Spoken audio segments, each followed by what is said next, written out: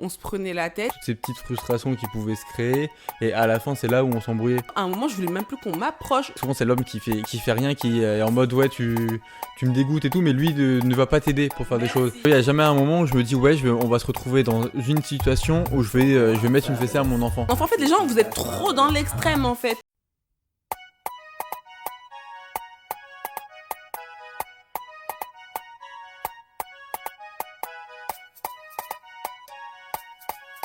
Hey tout le monde, bienvenue sur votre podcast préféré ODQ. Chris, comment ça va ? Bah ça va et toi ? Ça va super bien, je suis de très bonne humeur. Aujourd'hui, on se retrouve pour l'épisode numéro 8. C'est ça, hein, je me suis pas trompée cette fois-ci.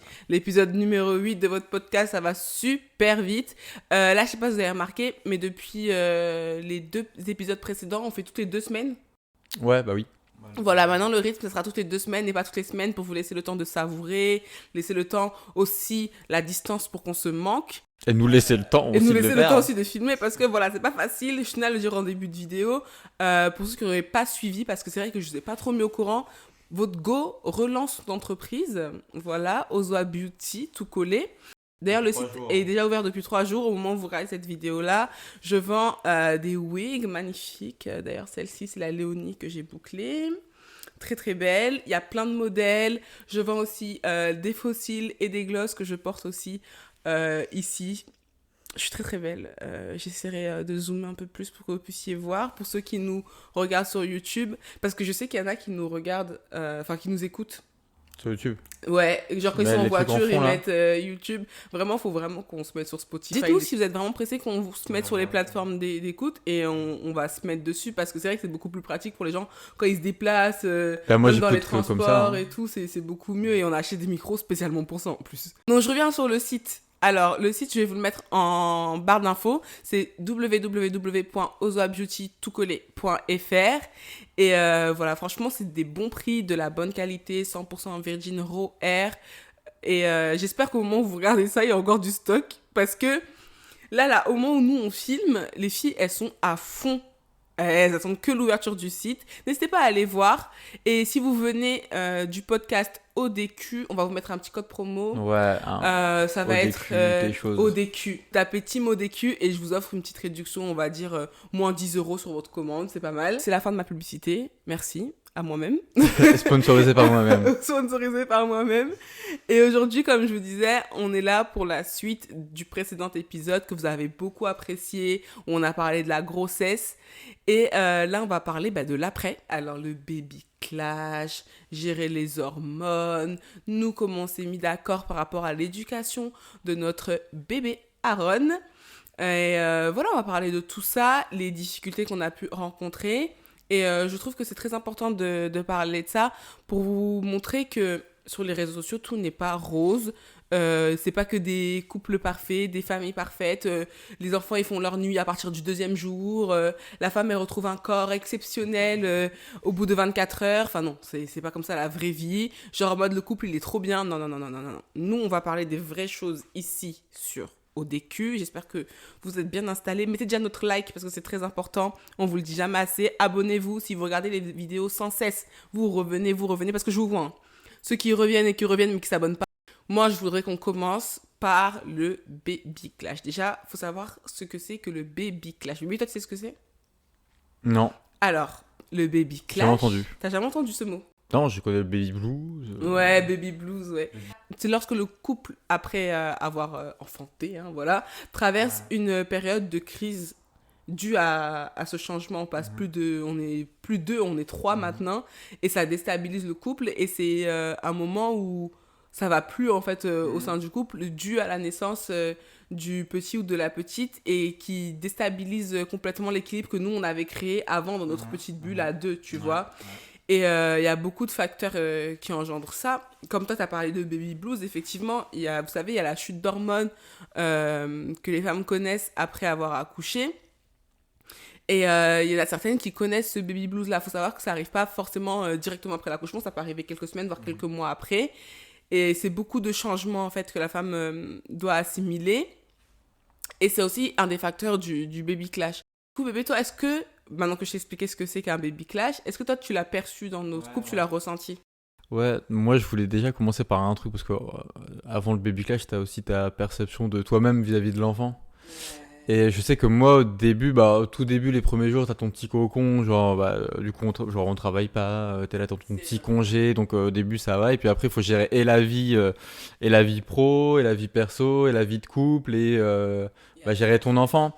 Et moi je me rappelle que j'ai eu beaucoup de mal quand même à gérer genre les pleurs, tu vois les trucs comme ça.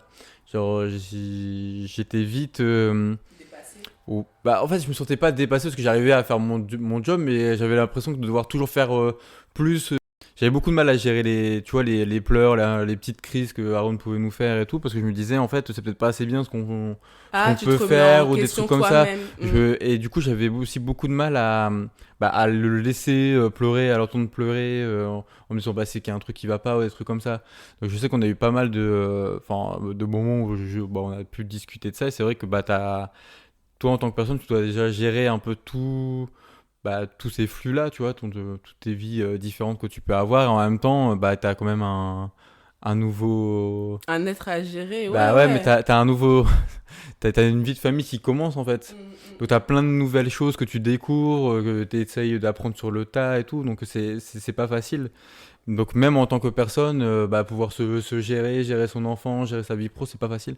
Parce que bah, forcément, tu essayes de mettre plus en avant bah, ta vie de famille, mais du coup, bah, t'es focus sur l'enfant, et puis bah, des fois, forcément, t'es pas d'accord.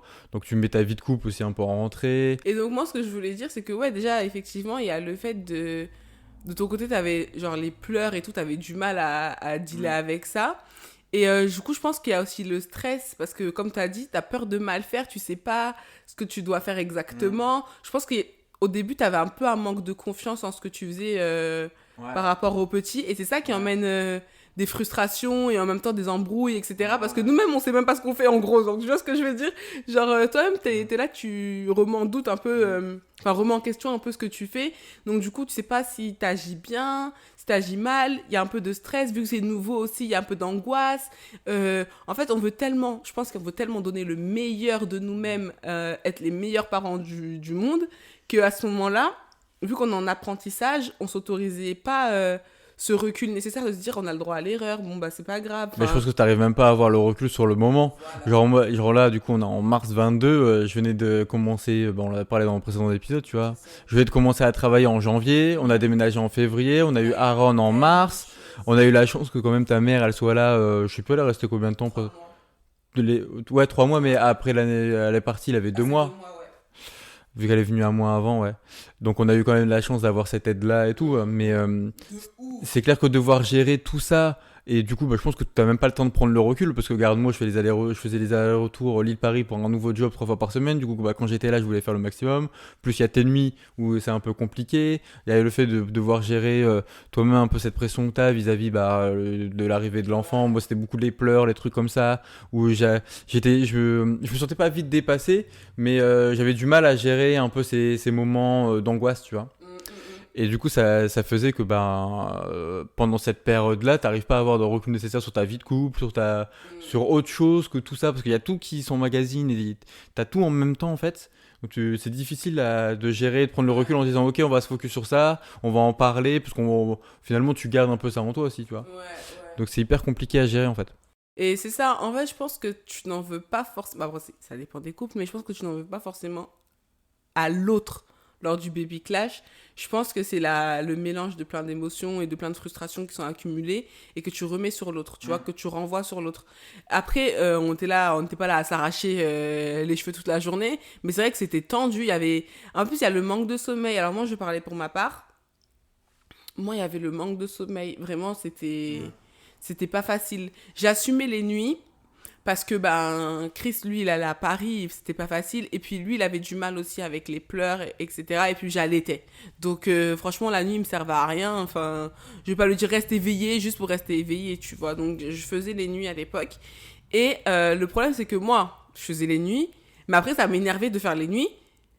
Parce que je me disais, ah, pourquoi c'est moi qui allaite? Pourquoi c'est moi qui me réveille? J'en ai marre, etc. Et je me sentais pas soutenue, alors qu'il me soutenait, en fait, à sa manière. Il faisait tout le reste, il faisait tout à la maison, Chris, en plus de son travail. Et je suis pas là à dire, faut lui donner une médaille. Enfin, c'est la moindre des choses. En tant qu'homme, ce que tu peux faire, tu le fais. Mais c'est vrai que c'est pas comme s'il était là passif, mais à ce moment-là, tu vois pas tout ça. Tu te dis que tu es très fatigué, que le petit il commence vraiment à... C'est dur en fait parce que tu te remets même pas de l'accouchement à 100%, il y a beaucoup d'émotions. Et puis c'est vrai que la fatigue ça joue énormément sur les humeurs de chacun. Tu vois, on est vite irritable. Enfin, c'est horrible. Donc pour un rien, on se prenait la tête. Et comme Chris il a dit, heureusement qu'il y avait ma mère de temps en temps qui était là, enfin, elle était là tout le temps. Elle habite à la maison, mais je veux dire que nous, on a, au bout de 10 jours, je crois, ouais, ou 2 semaines, Aaron, il avait, on a pu sortir tous les deux, on a pu faire des choses, etc. Et c'est ça qui nous a aidés, parce que, comme Chris il disait, t'as plus le temps de te focaliser sur ton couple. Genre là, le couple, et heureusement que nous, on a ce truc-là d'essayer quand même, tu vois. Parce qu'il y a des couples qui se disent, bon là, c'est le petit, et nous, on verra plus tard. Mais nous, on essayait quand même d'avoir des moments à deux, on essayait quand même de rigoler. Parce que je me suis toujours dit que si nous, ça va pas, ben, le petit, ça n'ira pas. Donc moi, si je peux donner un petit conseil, en toute humilité, hein, bien sûr, je suis pas coach love, mais si je peux donner un petit conseil de notre mini-expérience, c'est vraiment, en tant que couple, faites tout pour vous solidifier, pour vous parler, et pour essayer d'être sur la même longueur d'onde, et ne vous faites pas des reproches directement, mais essayez de dire juste ce que vous ressentez. C'est vrai que c'est difficile quand la personne en face de toi, elle te dit oui, voilà ce que je ressens, j'ai l'impression que je me sens seule, je me sens pas soutenue, je suis fatiguée, etc. Et toi, tu le prends des fois personnellement, tu vois, la personne en face peut le prendre personnellement. Ne pas oublier que vous êtes une équipe et que tout passe. Voilà. Moi, tu m'aurais dit ça quand Aaron avait 1 mois, il faisait pas ses nuits, c'était l'enfer. Enfin bref, tu m'aurais dit tout passe, j'aurais dit va te faire. Ça ne passe pas. Je suis fatiguée, j'ai mal au sein. Mon mec et moi, on fait que s'embrouiller. Mais oui, tout passe. Tu vois, tu disais oui, comme quoi toi, bah, tu faisais les nuits, parce qu'on a, bah, le compromis en gros c'était que moi j'allais à Paris, déjà qu'on dormait pas, parce que dans tous les cas je me réveillais tout le temps, tu vois. Donc, et vu que t'allaitais, bah en fait c'était plus simple. On avait essayé, au début je faisais un petit bibi à 3 heures, des trucs comme ça, mais de toute façon ça servait à rien. Mais du coup, moi, vu que tu faisais bah, les nuits en fait presque tout le temps, moi je compensais par des trucs un peu à la con, surtout quand ta mère elle est partie, en mode bah du coup je fais tout le reste. Mais c'est pas à la con. Donc justement, je faisais tous les petites tâches du quotidien pour bah, que même si t'avais pas trop le temps en fait de te reposer, des trucs comme ça, bah, que t'aies pas à faire des trucs en plus. Mais en fait, à la fin, je me retrouvais à faire plus d'autres trucs annexes que d'être avec bah, avec vous, d'être avec Aaron, des trucs comme ça. Enfin, quand j'y repense, je me dis pas que c'était au détriment d'autres choses, mais je pense qu'au niveau équilibre, tu vois, on essaie de compenser par un biais ou par un autre, mais c'est pas forcément le meilleur truc à faire. Surtout, en fait, vu qu'on n'en discutait pas forcément, donc il y avait toutes ces petites frustrations qui pouvaient se créer, et à la fin, c'est là où on s'embrouillait. Parce que bah, c'était un peu des non-dits, t'essaies de faire au mieux, mais en fait, y a rien de mieux que justement bah, en discuter. Et dire, bah voilà, comment tu vois les choses, comment est-ce que je peux t'aider à faire ça, comment est-ce que toi tu peux m'aider bah, à gérer d'autres choses, tu vois. Et donc, du coup, ouais, pour rebondir sur ce que tu dis, c'est vrai que tu essayes de tout faire. C'est-à-dire que Chris, genre, dès qu'il y avait un truc, il le faisait, il faisait. Sauf qu'il me disait pas qu'il y avait des moments où il voulait peut-être inverser, en fait, où il voulait peut-être être avec le petit. Et moi, par exemple, je sais pas, moi, à un moment, il voulait peut-être coucher le petit. Et moi, promener le chien et faire la vaisselle, par exemple. On a eu beaucoup d'embrouilles par rapport à ça, parce qu'en fait, vu que c'était une habitude qui avait été prise comme ça, ben, lui, il avait peut-être envie, à des moments, de pas être aux tâches et être avec son fils, enfin, tout simplement. Et sauf qu'il me le disait pas. Et moi, vu qu'il me le disait pas, bah, je partais du principe que ben, il voulait qu'on continue comme ça. Et donc, c'était plein de non-dits, comme il disait Chris. Et au début, je me disais que c'était normal, tu vois. Genre, vu que tu fais ça, moi je vais faire d'autres choses. Et puis après, petit à petit, bah, c'est une frustration mais qui se crée, mais parce qu'on n'en discute pas. Et puis après, quand on en discute, bah, on en vient en clash en fait. Ouais, c'est ça. Mais il faut juste que, en tout cas, les couples qui nous écoutent, sachez que ça peut pas se quantifier. Vraiment, des fois, moi, j'avais du mal un peu à valoriser ce que moi je pouvais apporter parce que je me disais, ouais, Chris, lui, va à Paris, il revient, il va faire le ménage et tout. Et moi, je me disais, ouais, moi, je suis juste là avec le petit. Ok, certes, je dors pas, ok, je m'occupe de lui toute la journée, mais en gros, moi, j'avais tendance à dévaloriser un peu ce que je faisais. Tu vois, je me disais que limite, je suis un boulet. Je me disais, lui, il doit être beaucoup plus fatigué que moi, je dépends que de lui, etc.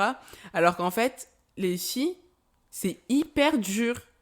Genre, après, je me suis remis en question, je me suis dit, mais non, Audrey, est-ce que tu penses que Chris, il serait capable d'inverser la situation, s'occuper de lui la nuit, s'occuper de lui toute la journée? Au bout d'un moment, tu pètes un câble. Et à un moment, je commençais limite à lui en vouloir de lui avoir une vie où il sortait de la maison et il voyait des gens parce que pendant longtemps, j'ai vu personne. Hein. J'étais à la maison toute la journée, je travaillais limite pas. Tu vois, voilà, je pouvais rien faire, j'étais à la maison toute la... Voilà, c'est ça. Donc au bout d'un moment, tu finis par péter un plomb, mais vraiment.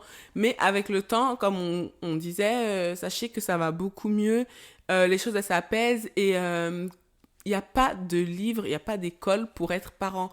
Tout ce que vous pouvez lire, vous pouvez voir, etc., c'est bien. Mais tu deviens parent et tu apprends à être parent sur le terrain. T'as beau voir la théorie, etc., te dire, ouais, ça va être comme si faire des plans sur la comète, ouais, mon fils, pas d'écran avant 3 piges, moi, je me rappelle, je disais ça, pas ci, pas ça. Tant que tu l'as pas vécu, bah, tu sais pas, en fait. Tu vois ce que je Ouais, veux mais ça dire? reste théorique. Il y a plein de livres sur la parentalité. Et ça me fait penser au truc quand on avait vu le truc de Super Nanny là, où il y avait, je crois que c'était un vieil épisode, hein, je crois qu'ils en font plus. Et du coup, on regardait Super Nanny il y a quelques jours là, où il y avait une maman qui était hyper dépassée, hein, forcément, et qui avait lu genre plein de livres hyper théoriques et elle avait eu un enfant. Enfin, en fait, on n'a pas tout regardé l'épisode, mais elle avait lu des livres, elle avait eu un enfant super tard, donc je pense qu'elle avait désiré, idéalisé plein de trucs, et du coup, elle était plus dans la théorie et elle s'est laissée dépasser par les choses. Alors que bah nous, bah on n'a pas. Toi, tu regardais pas mal de vidéos sur la grossesse et trucs comme ça, mais on s'est pas renseigné sur des choses comme ça. On s'est dit ça vient quand ça vient. Et de toute façon, dans tous les cas, t'apprends bah ouais sur le terrain. Et puis je pense que tu commences à te poser des questions quand tu vis la chose. Exactement. Déjà, c'est ça. Mais alors, déjà pour revenir à l'épisode de Super Nanny, la femme a été complètement dépassée. Après, je pense qu'il y a aussi le caractère de chacun qui fait aussi, tu vois. Il y a l'éducation et tout. Et en plus, elle avait, genre, franchement, c'était une bibliothèque remplie. Et elle expliquait dans l'épisode que elle avait lu tellement des choses, le pour et le contraire. Enfin, je sais pas comment on dit l'expression là. Genre, en gros, elle avait lu un truc qui disait fallait tout faire en mode vert, et puis l'autre il disait non, mais c'est orange, et puis l'autre. Alors, du coup, elle savait même plus comment agir, tu vois. Et du coup, ça amène de la culpabilité, t'es incertaine. Du coup, l'enfant, il sait hein, quand t'es déstabilisé, quand t'es pas sûr de toi, qu'un jour tu dis oui, un jour tu dis non, et là, il rentre dans la brèche et c'est fini, tu vois. Donc, moi, je suis pas contre l'éducation, genre des parents en mode dans les livres, ils se renseignent, parce qu'il y a des choses que tu peux apprendre. Ouais, mais il y a des choses qui sont intéressantes, mais les livres ça reste toujours théorique et surtout tu peux lire des livres d'il y a 20 ans, t'as plus la même éducation que tu as maintenant. Hein, Exactement. donc, Moi, ce que je voulais dire, c'est qu'il faut pas baser ton éducation sur des livres et l'expérience des autres personnes et leur pensée à eux et leurs valeurs à... Voilà. Il faut déjà te baser sur toi, tes propres valeurs. Donc, du coup, on va revenir sur l'éducation parce qu'on a beaucoup de choses à dire par rapport à ça, mais on voulait juste terminer l'histoire du baby clash. Alors, comment nous, ça s'est un peu beaucoup arrangé parce que là ça va hein. Après ça aide aussi le fait qu'il fasse ses nuits tu vois. Ouais, on a quand même attendu. Bah, après, ça va parce que en discutant avec d'autres personnes, il y en a, c'est 15 mois. C'est au bout de 8 mois quand justement, t'as arrêté l'allaitement et tout. Où il allait chez la nounou, il se dépensait. En plus, toi, t'avais plus de temps aussi. Enfin, tout s'est découpillé à un moment où, vers ses 8 mois, il commençait à faire ses nuits. Il a eu sa chambre 2 mois après, tu vois. Donc, c'était beaucoup plus cool pour nous depuis. Mais ouais, quand tu fais tes nuits, enfin, quand l'enfant fait ses nuits et que toi aussi, du coup, tu fais tes nuits, ça va quand même beaucoup mieux. Ça résout au moins 50% du problème parce que tu dors. Tu vois ce que je veux dire? Ouais, parce que quand tu dors pas, t'es encore plus. Ouais, mais même le moindre problème, ça va prendre des proportions de ouf, mais enfin, c'est normal parce que la fatigue, franchement, il n'y a rien de pire. Et en vrai, on n'est pas des gros dormeurs. Non, mais le minimum. Non, mais de base, avant, on n'était pas des gros dormeurs. Donc on arrivait quand même, parce qu'il y a des gens, ils ont vraiment besoin de faire des nuits de ouf. Donc on arrivait à avoir quand même un niveau de vie où ça allait. Même en dormant pas trop, on arrivait à être pas trop au chaos. Mais on était quand même, tu vois, T'es irrité, c'est Bah ouais, du coup, le moindre problème, c'était beaucoup plus compliqué à gérer que bah, si on était bien, on avait bien dormi, on était un esprit sain dans un corps sain, quoi. Mais voilà. Ouais. Et en fait, moi, ce que je voulais dire aussi, c'est que, voilà, comme j'ai dit, le sommeil, c'était 50% du problème. Et nous aussi, ce que j'ai remarqué, et même genre là, après l'histoire du baby clash, et même aujourd'hui, ce que je peux en retenir, c'est que nous, on a toujours été un couple qui a besoin d'être ensemble. Bébé, je sais pas si t'as remarqué, mais à chaque fois qu'on s'embrouille, c'est parce qu'on se manque, parce qu'on passe pas assez de temps Ouais, tout le ensemble. temps. C'est pas forcément qu'on s'en veut. Tu vois ce que je veux dire? Ouais, et c'est vrai que même avant, enfin, quand t'étais enceinte, on s'était dit, nous, il faut qu'on soit un couple, genre, où, enfin, on s'impose pas de dire, ouais, toutes les 2 semaines, tous les mois, il faut qu'on se fasse une sortie. Parce qu'il y en a, ils s'imposent, ils disent, toutes les 2 semaines, il faut qu'on fasse un film, un truc ensemble, tous les mois, il faut qu'on se fasse une sortie, etc. Non, parce que quand c'est planifié, dans tous les cas, c'est pas le plus intéressant. Mais il faut, le plus important quand même, et on l'avait parlé pendant la grossesse, c'est qu'il fallait qu'il y ait aussi une part de nous deux, au-delà de nous trois, tu vois. Oui, on fonde une famille, donc on est trois, donc bah c'est compliqué quand tu commences, enfin quand l'enfant est arrivé, d'avoir un peu de temps à deux en fait. Et puis il y a aussi les moments où bah, ça arrivait des mois après, mais ta mère quand elle était revenue, du coup on avait fait une nuit rien qu'à deux, et, voilà, et en plus il faisait pas encore 6 nuits je crois à l'époque. Non. Donc du coup, vraiment, on a pu et se reposer et passer un moment à deux, mais bon, tout ça pour dire que c'est hyper important de se retrouver à deux, de pouvoir discuter. C'est clair Quand que tu nous, à dis un chaque fois moment qu'on à deux, sent... ça veut dire quoi? Non mais... Je, Enfin, je je, fais- fais- je vois le Les sous-entendu. auditeurs ne comprennent pas. Je vois le sous-entendu, mais non, mais juste passer du temps au-delà que être parent, en fait. Oui. C'est pas juste sexuel, hein, mon ami. Ah, ok. Non mais oui, il y a de ça. Non mais il y a forcément de ça, parce que t'as un couple. Bah non, c'est vrai qu'on peut tu peux en parler, parce qu'on n'avait pas parlé dans l'épisode d'avant. Si, mais on avait parlé pendant la grossesse.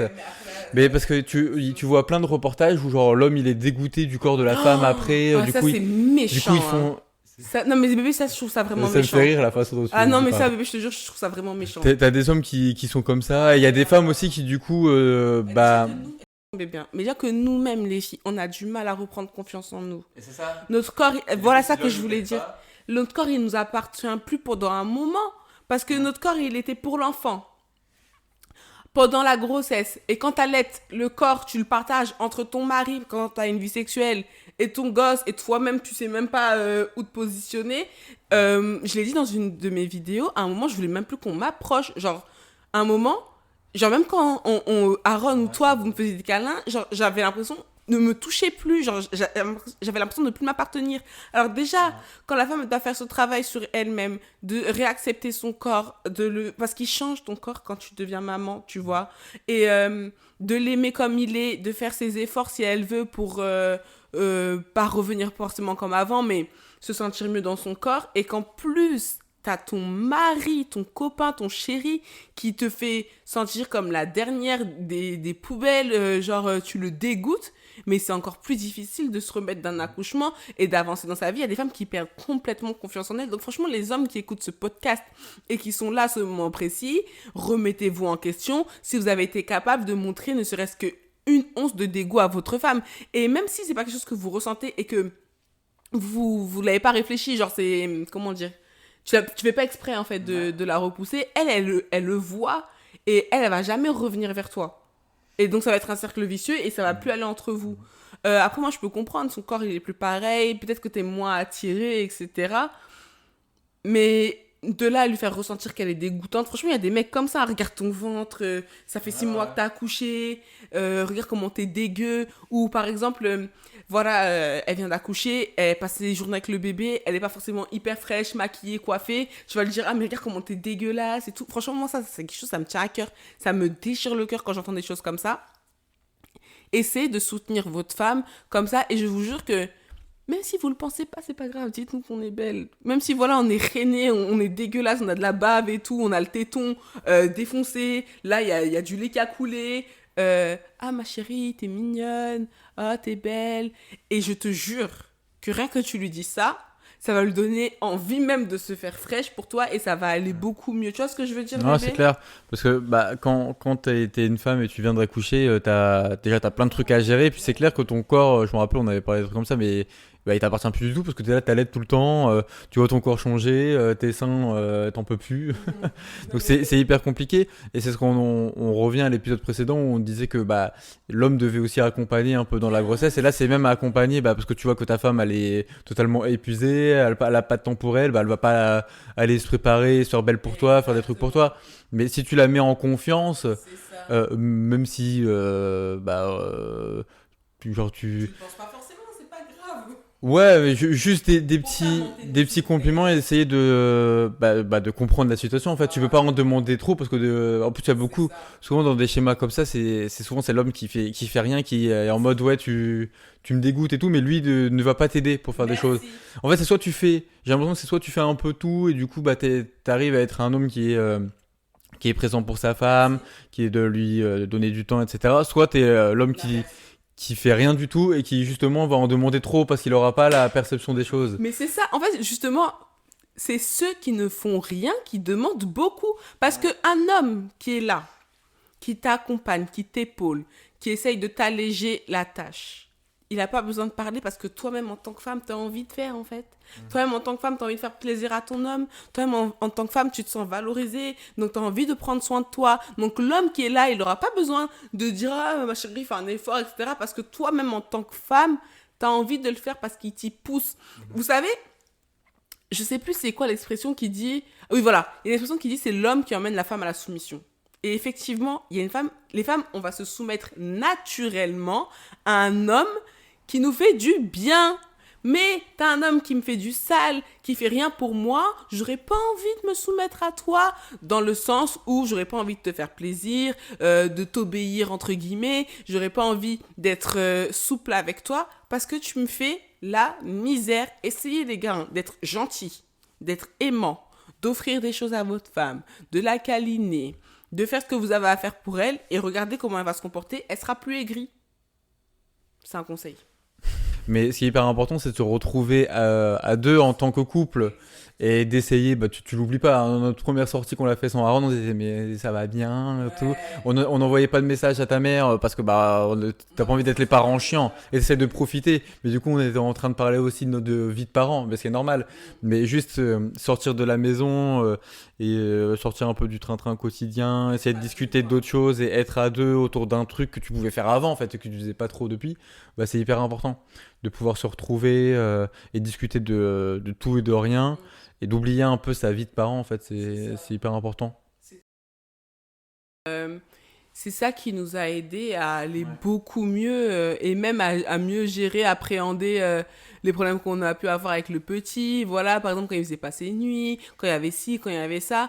Quand nous deux, on discute tranquillement de chacun nos ressentis et que nous deux, voilà, on est là, on rigole, on se sent bien, bah, ça va beaucoup mieux à la maison, tu vois. Ouais, t'as totalement raison. En plus, quand tu dis que ça a toujours été comme ça, même dans notre couple, tu vois, à chaque fois Bien sûr. qu'on arrive à s'embrouiller, mais vraiment s'embrouiller, pas la petite embrouille, c'est parce on a eu moins de temps ensemble à deux. Tout le temps. Et du coup, on est en mode, on est un peu plus éloigné pendant un certain temps. Et puis, du coup, il y a plein de petites embrouilles annexes. Et tu gardes en toi. Et au bout d'un moment, ça explose parce que, en fait, on n'a pas parlé avant. Tu t'es pas retrouvé à deux. Et je pense que, pardon, Non, et je pense que ça, c'est peut-être propre à chaque couple, ça dépend de comment vous fonctionnez. Mais même avant la naissance d'Aaron, même quand ça faisait genre un an qu'on était ensemble, ça a toujours. Aujourd'hui, ça fait 9 ans qu'on est ensemble. Ça a toujours été comme ça. Chris et moi, quand on commence à se disputer, c'est parce qu'on n'a pas passé assez de temps ensemble. Mais genre à chaque fois, hein. Même là encore, nos dernières embrouilles, c'était encore par rapport à ça. Hein. Parce qu'on se manquait, parce qu'on s'autorisait pas à passer assez de temps ensemble, parce qu'on sentait qu'on se délaissait l'un l'autre. Donc, à partir du moment où nous, on est bien, on est solide, on est comme ça, parce que Chris, lui, il veut on soit comme ça, on est comme ça, et ben, tout va bien. C'est le socle. Moi, vraiment, si je peux vous donner un conseil, c'est ça, solidifier votre couple. Ouais, Faites mais tout c'est vrai. pour le solidifier, que vous entendiez bien, que vous gardez votre amitié, que vous ne soyez pas juste des colocataires et des parents dans la maison. Ça, je pense que c'est la Bah en fait, clé. je Hein. pense que c'est la base principale. Si t'as un couple solide, tu vas forcément pouvoir bah, discuter un peu de tous tes problèmes, toutes les faiblesses et tout, et puis ça va pouvoir, enfin, ça va faire en sorte que ça va mieux dans ta vie de parent et ta vie de famille. Mais dans tous les cas, la base d'une vie de famille et d'une famille tout court, c'est les parents, tu vois. C'est ça la structure. Donc faut que cette relation se passe bien. Lorsque vous avez des conflits, ne les évitez pas. C'est quelque chose, ça arrive. Et c'est ça qui fait grandir votre relation, votre famille. C'est important d'avoir des conflits, des désaccords. Mais le plus important, c'est la manière dont vous les appréhendez, dont vous les gérez. C'est pas toi qui en embrouille avec lui. C'est un problème qui est là et qu'on doit gérer ensemble. Le problème, c'est le problème. Vous voyez? C'est pas l'un ou l'autre. Et ça, c'est un apprentissage. Apprendre à s'exprimer sans accuser l'autre, dire oui, à cause de toi, c'est comme ça, à cause de toi, c'est comme ça. Non, je ressens ça comme ça, je ressens ça comme ça. Et facilement, je vous parle là. Ça veut pas dire que nous, on s'embrouille pas. Hein. On s'embrouille bien fort. On s'embrouille, mais il y a des petits outils que tu peux utiliser pour appréhender ces disputes-là. Maintenant, on va revenir sur le côté de l'éducation. Dans cet épisode, je pense qu'on vous disait, c'est important quand même quand tu te mets avec quelqu'un et que vous voyez que vous voulez aller vers la parentalité, le mariage, etc., de parler de vous, votre manière de voir l'éducation des enfants, etc. Mais même avant ça, je pense que même avant de se dire oui, l'éducation des enfants, je pense qu'à partir du moment où tu connais les valeurs de la personne en face de toi, tu as déjà une idée de quelles valeurs il va vouloir transmettre à votre enfant, comment ça se passera. Tu vois ce que je veux dire ou pas? Ouais, c'est clair. Pendant que tu étais en train de dire ça, je pensais à ça justement. Parce que dans tous les cas, quand tu te mets en couple, t'as forcément des valeurs communes et même si t'as pas eu la même éducation, même si on dit que les opposés s'attirent et tout, c'est plus au niveau du caractère, soit, je pense. Parce que tu peux pas te mettre. Enfin, je pense que tu te mets plus en couple avec quelqu'un avec qui tu partages des valeurs qui sont totalement communes. Tu peux pas être totalement à l'opposé surtout. Je vois pas sinon comment ça peut fonctionner. Donc tu as forcément ces points communs là.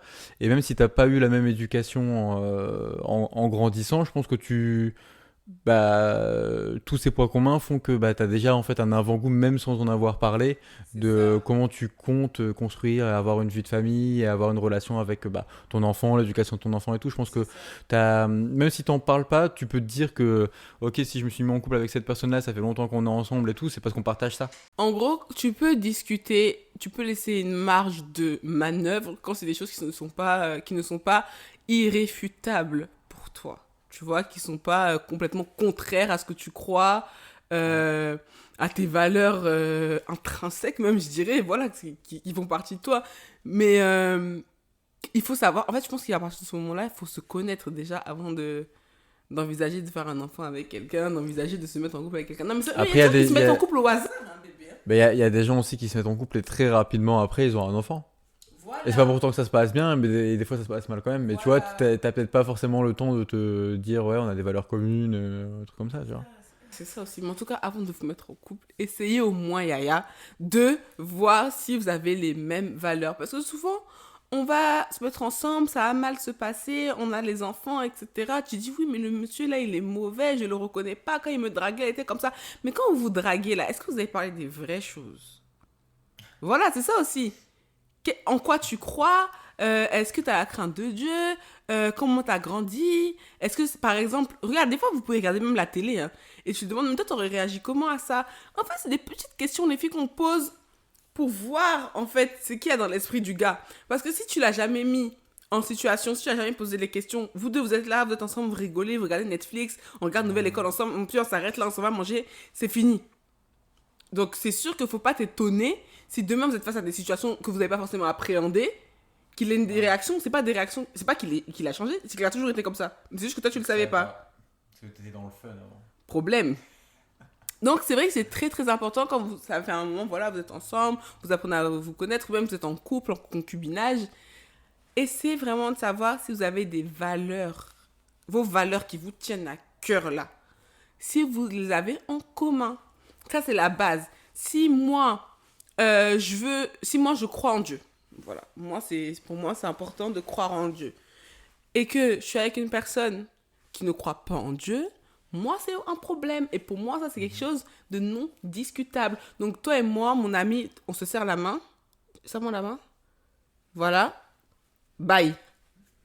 Tu vois, donc comme Aaron il dit bye, il dit bye, on se dit bye parce que vaut mieux arrêter les frais maintenant parce que je sais que c'est quelque chose de non discutable. Je sais que je ne vais pas faire ma vie avec quelqu'un qui n'a pas la crainte de Dieu, qui ne croit pas en Dieu. Il y aura trop de choses qui vont pas aller entre nous. En fait, faut discuter en amont de sujets hyper primordiaux pour toi. Genre des trucs qui te dépassent. Genre, bah oui, si t'es quelqu'un qui y croit et qui est dans telle religion et que t'as envie de partager ça à tes enfants et des trucs comme ça, bah tu peux pas te mettre avec quelqu'un qui est en contradiction avec ces pensées-là. Après, je pense qu'il y a pas 4 millions de sujets où la plupart des sujets, tant que tu prends en compte l'opinion de l'autre, tu vas pouvoir trouver un compromis, des trucs comme ça. Après, il y a des trucs il y a des sujets sur lesquels tu peux pas trouver de compromis parce qu'ils sont trop importants pour toi. Moi, je sais que je t'ai déjà posé cette question-là au début. Pour toi, qu'est-ce qui serait un non direct, genre le manque de respect, la tromperie? Non, moi j'avais dit la cigarette. Oui, c'est vrai. Bah, voilà, par exemple. Pour toi, qu'est-ce qui tue l'amour? Qu'est-ce que tu n'accepterais pas chez ta femme? Chris m'avait dit à l'époque, la clope. Vous voyez, il y a des trucs... Non, réfléchissez maintenant. Les trucs que toi, tu supportes pas déjà. En tant que personne, que voilà, ça, c'est des choses, non, tu veux pas. Et au contraire, des choses que toi, voilà, c'est très important dans ta vie, etc. Mais c'est vrai, bébé. Non, mais ça me fait rire parce que ça m'a fait repenser à quand je t'avais dit ça. Pas de ça. Qui apprennent à se connaître. Voilà, maintenant je le kiffe. Sauf que moi, au fond de moi, je sais que je ne supporte pas les fumeurs. Donc ça veut dire que ça va toujours être un conflit dans notre couple. Parce que je ne supporte pas les fumeurs. Ça va toujours être un conflit. Alors que si dès le début, j'avais été honnête avec la personne, et avec moi-même aussi, parce qu'à partir du moment où tu sais que c'est des choses que tu peux pas supporter, ben vas-y, ben mort. Mais si tu sais que tu supportes pas, mais que tu continues, c'est que tu peux accepter de ne plus faire de reproches à la personne. Il y a des gens aussi qui sont faux avec eux-mêmes. Tu vois ce que je veux dire? Genre, moi, j'aime pas ça, mais vas-y, comme je le kiffe, bien, on continue, mais sache que toute ta vie, bah, je vais te faire le reproche.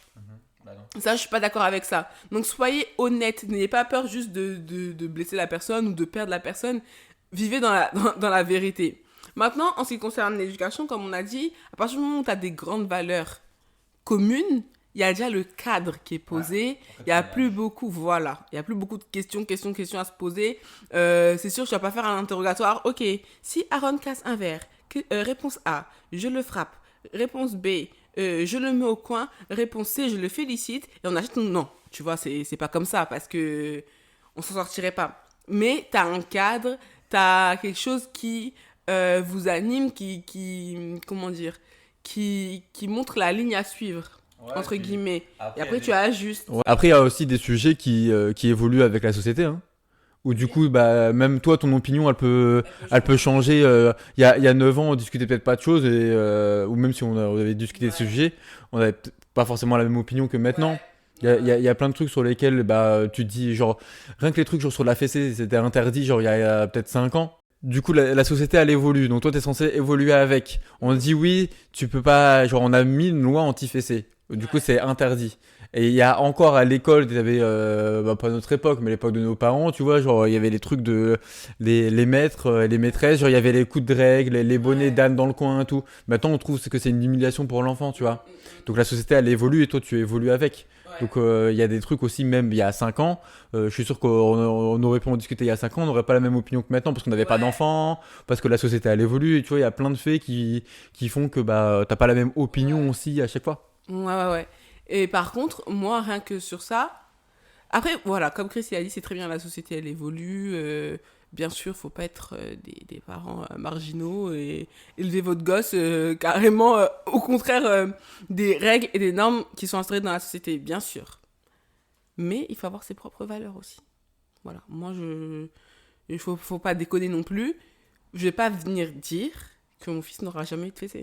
Tu vois, il n'y a jamais un moment où je me dis, ouais, on va se retrouver dans une situation où je vais mettre une fessée à mon enfant. Ouais. Parce que je me dis qu'on arrivera à manager les trucs en amont. Après, c'est trop idéaliste, parce qu'il y aura une bêtise de fou à l'école, une dinguerie, et du coup, bah, ça suffira pas. Mais il y a jamais, je me dis, ouais, je vais tabasser mon gosse, je vais lui mettre une fessée.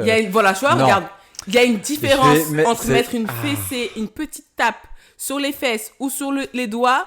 Je rappelle que c'est interdit par la loi. Non, allô, la police. Et tabasser son enfant. En fait, les gens, vous êtes trop dans l'extrême, en fait.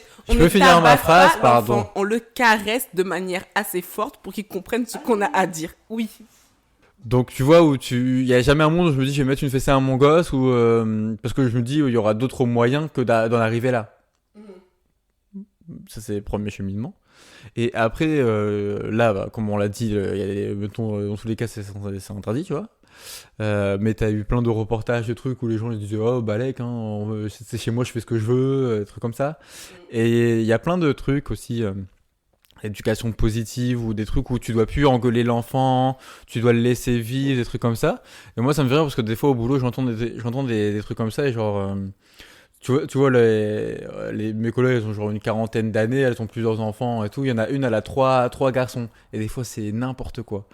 Genre à la maison, vu que c'est trois garçons, tu vois, forcément, ils sont je sais pas, ils sont moins conscients de ce qu'ils font, ça part plus en cacahuète que si t'avais peut-être des filles, des trucs comme Tu ça. vois, Après, c'est hyper sexiste là, ce Non, que mais tu c'est dis. elle, c'est- Et normalement, tu dois faire une éducation non genrée. Donc que c'est ça ce soit je des suis en train filles. de te dire, pardon. De toute façon, je parle là. Mon parents, ils m'ont pas botté. Hein. Ils m'ont pas frappé.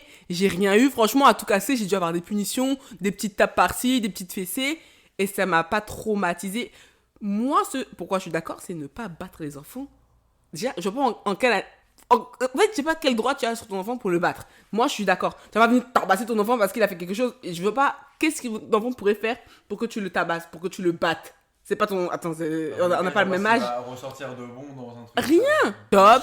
Il faut mettre des limites à son enfant. Il faut punir son enfant. Il faut réprimander son enfant. Il faut l'engueuler parce qu'il a besoin d'un cadre. Nous ne sommes pas ses amis. Nous sommes ses parents. S'il peut en témoigner, je suis dans une éducation. Enfin, j'essaye d'apporter une éducation où l'enfant il est valorisé, où on ne rabaisse pas l'enfant, on l'engueule pas pour rien, on lui hurle pas dessus.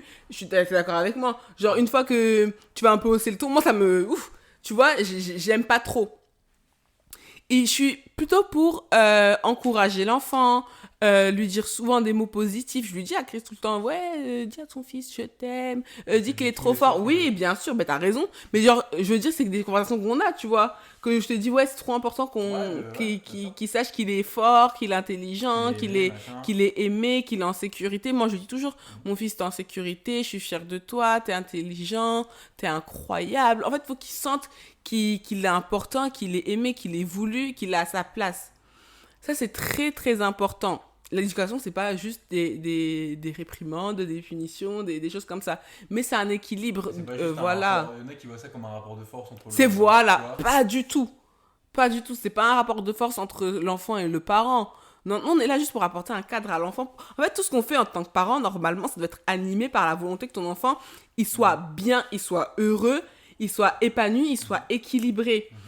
C'est un enfant. Il n'a pas de limite dans sa tête. Il sait pas ce qui est bien, ce qui est mal, ce qu'il faut faire, ce qu'il ne faut pas faire. Donc nous, notre rôle, c'est juste ça et l'accompagner du mieux qu'on peut pour qu'il soit un adulte, pas complètement taré plus tard. C'est tout. Il y a un équilibre à trouver entre justement lui faire tous ces compliments-là et lui apporter, lui inculquer des choses, des valeurs, des trucs comme ça, et les limites à ne pas franchir. Et comment on lui démontre que ces limites-là, il faut pas que ce soit franchi tout au long de son éducation. Mais je pense que ça, en fait, c'est naturel. Oui. En fait, t'arrives, tes parents, tes jeunes parents, au début, ça peut être compliqué. Tu vas te poser des questions, tu vas dire comment on va faire et tout. Mais je pense qu'en fait, c'est naturel. Ça va être naturel pour toi d'éduquer ton fils de telle façon. Parce que justement, tu auras ces valeurs communes dans ton couple, tu auras discuté de certains sujets, et en fait, tu vas pas te forcer à faire quelque chose. Tu vas trouver un équilibre, mais en fait, cet équilibre-là, en fait, il est là, il est présent. Des fois, tu dois peut-être un peu forcer les traits pour même toi, un peu pour te bouger sur certains trucs, ou pour dire oui, faut qu'on fasse ça avec notre enfant, pour lui montrer ça, des trucs comme ça. Des fois, tu vas peut-être te prendre la tête sur certains sujets, mais je pense que l'éducation, ça reste quelque chose de naturel. Ouais. Et ce que je voulais dire aussi, comme Chris l'avait dit tout à l'heure, c'est que le monde, il évolue, donc l'éducation évolue. Même nous, en tant que parents, il y a des choses qu'on apprend et des questions qu'on doit se poser si on veut inculquer telle ou telle chose à notre enfant. Le plus important, c'est que chacun respecte chacun et que, voilà, faut pas non plus abuser. Enfin, je trouve qu'aujourd'hui, les gens, ils sont trop dans l'extrême. Genre, ça veut dire que quand tu soutiens une cause, il faut que tu la soutiennes à 100%. Par exemple, quand on dit on est contre la maltraitance des enfants, t'as pas le droit de mettre une petite tape sur les doigts à ton enfant. Ça veut dire que tu le maltraites, ça veut dire que... En fait, les gens qui sont dans l'excès, Genre, tu peux plus rien faire, tu peux plus rien dire. Non. Et c'est pour ça qu'aujourd'hui, les gens, ils parlent même plus trop parce que ils ont peur de se faire cancel. Les gens sur la parentalité, ils prennent tout à cœur. Genre, tu voyais, genre, tu parlais tout à l'heure, c'est absolument important, mais tu parlais des écrans. Ouais. Genre, nous, on a presque jamais d'écran. Mais Ouais, ça c'est arrive. vrai que la télé est Ça arrive que des fois, genre, on mette un clip à la télé, Bien sûr. avant, il regarde le truc, il danse, et on lui met un. Des fois, on regarde des dessins animés. Et ça fait pas longtemps qu'on lui avait mis c'est des dessins animés. Hein. C'était quand il était pas bien, on lui avait mis un truc. Mais ce que je veux dire, c'est que. Non, mais ce que je veux dire à la fin de ça, c'est qu'à chaque fois que je vois des trucs sur Instagram, des posts où ça parle de sujets comme ça, ou même que tu as une maman qui est devant et tu vois un enfant qui est derrière en train de regarder la télé, un truc comme ça, c'est un moment précis dans une journée qui peut arriver. Pas juger sur ce que tu as vu là à un instant T. Et toi, vu que tu prônes l'interdiction de tous les écrans jusqu'à 3 ans, tu veux pas dire à la personne, ah bah, forcément là du temps pour elle met ses gosses devant un iPad en regardant les dessins animés. Déjà, ça veut pas dire que c'est ça toute la journée. Et c'est pas parce que toi, et moi je trouve ça super important aussi que les enfants, tu les abrutisses pas devant un iPad toute la journée. Bien sûr. Mais déjà là, tu vois une partie. Moi, ce que je voulais dire par rapport à ça, c'était que si toi, tu as pris la position de donner telle éducation à ton enfant, c'est pas parce qu'une autre personne, et en plus, tu peux pas préjuger de ce que tu vois sur Internet, parce qu'en fait, sur Internet, tu montres soit le bon côté, soit tu fais une partie de ta vie. Tu peux pas imposer le truc aux autres parents. C'est pas parce que toi, tu te dis dans ta famille, moi, il n'y a pas de ça, que les autres, tu dois les traiter de mauvais parents, parce qu'ils font pas la même chose que toi. Ouais. Tu vois, il y a plein de trucs où du coup on dit oui bah jusqu'à 3 ans tout le monde est d'accord pour dire ah bah pas d'écran chez nous, et du coup c'est pas pour ça qu'on doit tomber sur les autres où tu vois une partie d'une journée d'une famille où t'as les enfants qui sont justement en train de regarder un truc à la télé sur le sujet de parentalité, d'éducation. Quand ils sont dans un truc, il faut que ce soit la même chose chez l'autre, sinon c'est pas bien. Vu qu'on est dans l'éducation positive et que tu prônes ça dans ta famille, ça veut dire que la bonne vision, c'est celle-là. Écoutez, cet épisode, il a été vraiment hyper animé. On a parlé avec le cœur, on a mis de la passion dedans, parce que franchement, c'est quelque chose qui nous intéresse, qui nous touche. J'espère que l'épisode vous aura plu. Chris, t'as une petite carte blanche, hein? Ouais. Donc c'est parti pour la carte blanche. Bah, rapidement, c'est d'aller streamer l'album du Suspect, hein. Ah ouais, ok. Pour ceux qui... Ouais, pour streamer l'album de Didi B aussi. Moi, donc ça fait peut-être 2-3 semaines qu'il est sorti au moment où l'épisode va sortir. Et moi, je l'ai écouté quelques jours après, franchement. Mais super bien, masterclass. Pépite. Non, ça reste donc allez-y, c'est son premier album, c'est un très bon album, c'est hyper bien fait, il y a plein de trucs différents. Pour ceux qui connaissent pas, Suspect, Suspect 95, c'est un rappeur ivoirien et il est hyper talentueux. Il a fait un peu d'animation aussi avec l'émission La Réunion qu'on saignait. Et en fait, à partir du moment où il est parti, on a arrêté de regarder l'émission. Mais c'est disponible sur YouTube. Et franchement, il est hyper intéressant. Et moi, justement, pour rebondir sur Suspect, j'avais vu une interview qu'il avait fait avec Investir au Pays. Elle était hyper intéressante. Moi, j'adore Investir au Pays, la chaîne. Et elle était hyper intéressante. Il a vraiment la tête sur les épaules. Et comme Chris a dit, il a beaucoup de talent. L'album, il est incroyable. Moi, je vais écouter. En fait, j'ai écouté quelques sons, mais j'ai pas écouté l'album. Et j'aime bien même sa personnalité et tout ce qu'il dégage. Donc, ouais, on vous encourage fort à streamer Suspect 95. Ouais, et moi, attends, j'ai un son. Ouais. En fait, tous les sons sont bien. Il y en a qui sont que j'aime moins bien, et voilà. Et je crois qu'il y a un son, je pense, que ça s'appelle La Tes yeux ou des trucs comme ça, où justement il parle. En gros, il parle à sa femme, qui pour. Et Tes yeux. Ouais, je crois que c'est ça le titre. Et il parle à sa femme, et pour celles et ceux qui ne savent pas, qui est décédée à quelques années maintenant. Et du coup, ils ont eu une fille ensemble. Et justement, en fait, il parle de tout ça. Et du coup, c'est hyper émouvant. Et il y a plein de sons qui sont hyper bien. Mais justement, ça montre toutes les vibes que tu peux avoir dans l'album, hyper différentes. Et je trouve ça hyper complet. Et pour un premier album, et en plus un album de rap ivoire, hein, quand même. Hein. On a des beaux artistes en ce moment. On a des beaux artistes, les mecs s'autoproclament ivoiriens, mais stop! La carte blanche, c'est moi qui fais la promo de l'album du Suspect. Je m'inclus dans cette vibe de rap ivoire et de rap ivoire, pardon. Je n'écoute que ça. Comme je ne suis pas française en fait. Bientôt, je vais habiter là-bas. Je vais demander d'avoir que la nationalité. Ouais. www.ozoabeauty.fr et choper chez moi, c'est très important. Qualité de qualité. Ok, donc c'est la fin de l'épisode. On espère qu'il vous aura plu. Prenez soin de vous, on vous fait d'énormes bisous. On se retrouve dans 2 semaines pour un prochain épisode. On veut un maximum d'hashtags ODQ dans les commentaires. Continuez à nous encourager. C'était Audrey. C'était Chris. Et vous étiez sur ODQ.